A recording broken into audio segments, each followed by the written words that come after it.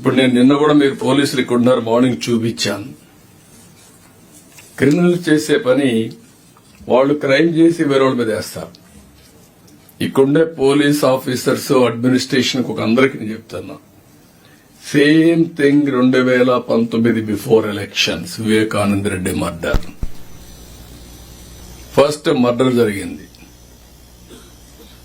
సాక్షి టీవీలో వస్తుంది, గుండెపోటుతో చనిపోయాడని. సాయంత్రం వరకు ఎవరు వీళ్ళు రారు. సాయంత్రం వచ్చి ఆయన కూతురు అడుగుతుంది పోస్ట్ మార్టం చేయమని. పోస్ట్ మార్టం చేస్తే గుండెపోటు కాదు, గొడ్డలిపోటు అని తేలుస్తారు. రూమ్ అంతా రక్తం, బెడ్రూమ్ అంతా రక్తం.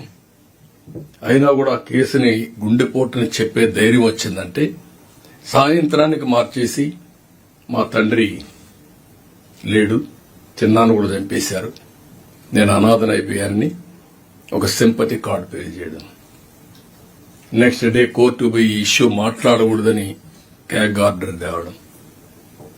తెచ్చిన తర్వాత అధికారం వస్తానే సిబిఐ అవసరం లేదని ముందు అడిగిన తర్వాత మళ్ళా వద్దని చెప్పి అడ్డం పెట్టి ఇన్వెస్టిగేషన్ చేసి సిబిఐ ఆఫీసర్ని అరెస్ట్ వారెంట్ ఇవ్వడం. You cannot imagine all these things. Next day పేపర్లో నీరు చంపేశానని, నారాసుర రక్త చరిత్రని పేపర్లు రాయడం. క్రిమినల్స్ మిస్లీడ్ చేయడం అంటే ఎట్టుంటుందో ఈ విషయం మనం గుర్తుపెట్టుకోవాల్సిన అవసరం ఉంది. రాజకీయ ముసుగులో ఇవి చేసినప్పుడు ఎక్కడికక్కడ అప్రమత్తంగా లేకపోతే, నిన్న కూడా నేను చూస్తే ఇమీడియట్ గా డీజీ గారిని ఐజీని ఇంటెలిజెన్స్ అడిగాను.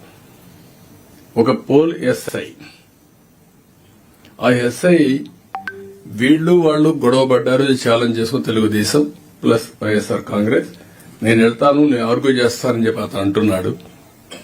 సాక్షి టీవీలో ఇది మీరు చూడండి, సాక్షి టీవీలో వస్తుంది.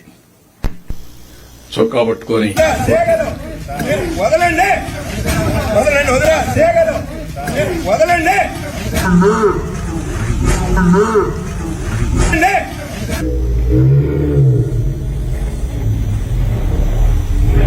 ఇది చూపిస్తా, చొక్కా పట్టుకోండి. వదలండి, వదలండి, ఓకే.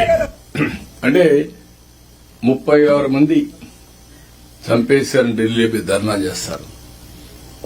పేర్లు ఇమ్మంటే ఎఫ్ఐఆర్ ఇమ్మంటే ఇవ్వరు.